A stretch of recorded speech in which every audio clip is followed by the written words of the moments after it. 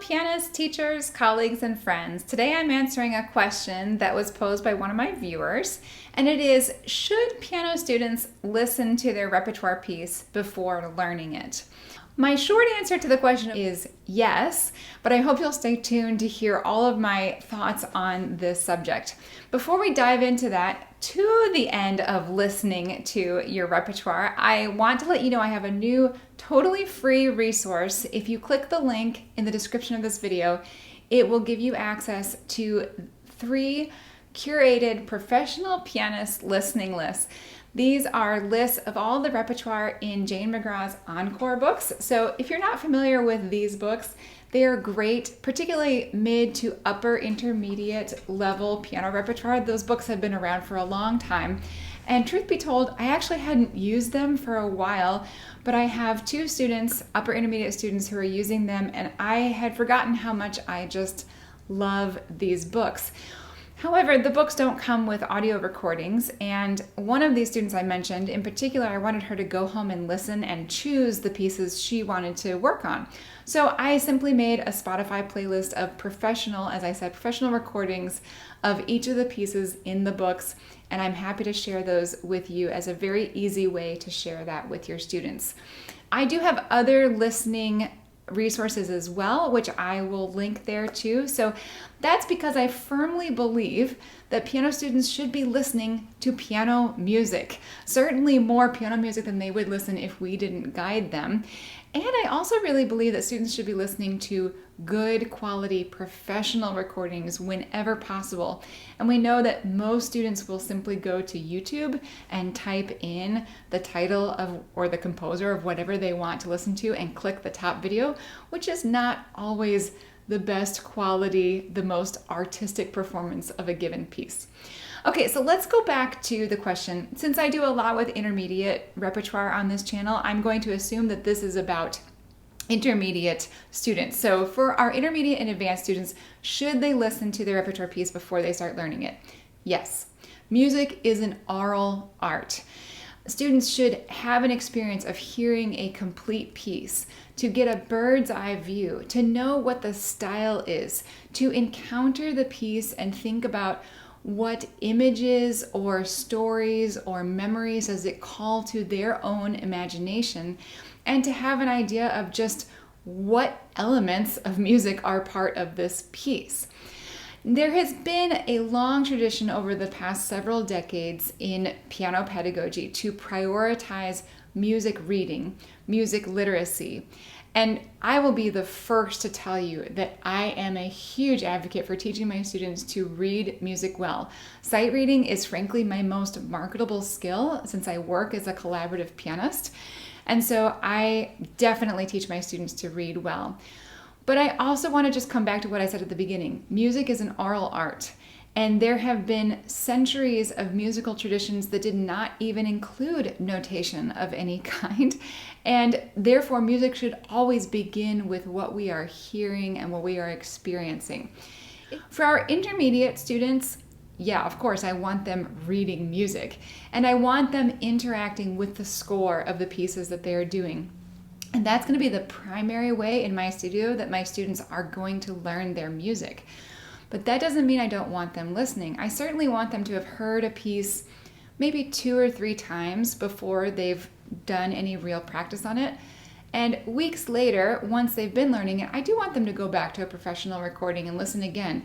This just helps them make sure they're playing accurately, that they're not missing some, obvious accidental here or there, or they're not completely misreading a rhythm, or it draws attention to dynamics or other expression marks that they might have just missed or not known. And that just helps me as a teacher. I don't have to do all the work on accuracy. Just simply checking in with a recording helps them know, oh yeah, I am playing that accurately, or I'm missing the A flat in those 2 measures right there. Listening also helps our students with historical style. And so, yes, I want to guide my students towards particularly Baroque players that I really enjoy. We, in my studio, are playing Baroque music on a modern piano. I want them to hear it on a harpsichord, but I also want to guide them to pianists whose interpretations I enjoy on the modern piano. That would include Andras Schiff, Angela Hewitt. You can, of course, have your favorites, but I want their imagination awakened to what kind of articulation do these artists use? How do they execute their ornaments? And more. Now, you might have students with really good ears, and I think the fear for most piano teachers on whether or not they should demonstrate a piece or allow their students to listen to recordings is, what if the student remembers it all and plays it all by ear?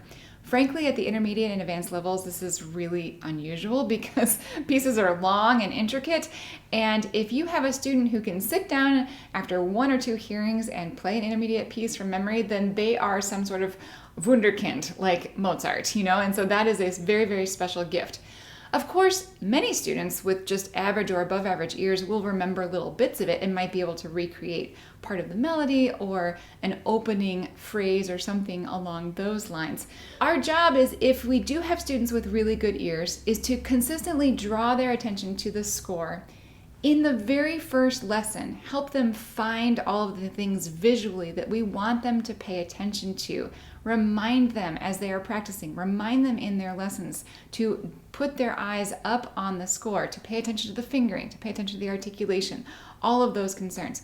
But I think bigger picture, if you have a student who really likes to rely on their ear and listens to recordings of their repertoire, then we simply need to be doing other activities in our lessons and their assignments that are going to bolster their reading skills. There are loads of sight reading curricula available to us piano teachers now. We can also work a lot on functional skills, such as reading lead sheets. We can do a lot of theoretical analysis and integrate that analysis with repertoire. You hear me talk about this on just about every video that I make.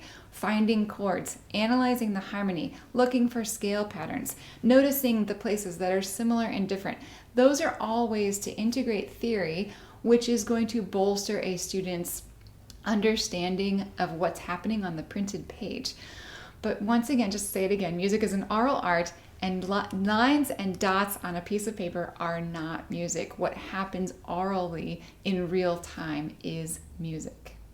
So here are a couple of other ideas for how you could encourage a student to engage with the score from the very first time that they're practicing. Let's say that the student has listened to the piece once at home, or you've done a teacher demonstration in the lesson, and now you're going to start looking at this piece. Ask your student to find the main rhythmic motives in the piece. Maybe there's a dotted rhythm that happens over and over again. Find all of those places in the score and label them. Have your student clap that rhythm, or have your student play that melodic motive on the piano, going through each different place in the piece. Have your student label the sections. We always want to break things down, and we want to find the very large sections as well as label small practice sections such as 4 or 8 measures. Have your student identify what key you're in and look within that large section of the piece for any scale patterns that relate to that key. What are the chords in this piece? Are there broken chords? Are there Alberti bass patterns? And every time you identify one of these little elements of the piece, have your student play it in real time. If they've only heard the piece once, they're not going to remember this. So have them play 4 measures of Alberti bass for you. Have them play the subject of the contrapuntal work that you are looking at, the Bach invention. Have them find the place in the music with the most accidentals or the strangest looking notation. Break that measure down in the lesson. Have them play the right hand part. Have them play the left hand part. And again, side by side with these ideas, have your student be doing sight reading in real time in the lessons. Assign them sight reading practice at home, which is not something they can find in a recording, and work on all of those other functional skills which will improve your students' understanding and ability to read the music on the page. Don't forget to go to the description of this video to access that free resource, which includes the listening list to the Encore books, as well as more listening resources I have available for you. If you have similar questions about piano pedagogy, about intermediate or advanced piano repertoire, feel free to leave a comment here. I'd love to answer your question too. Best wishes in all your teaching.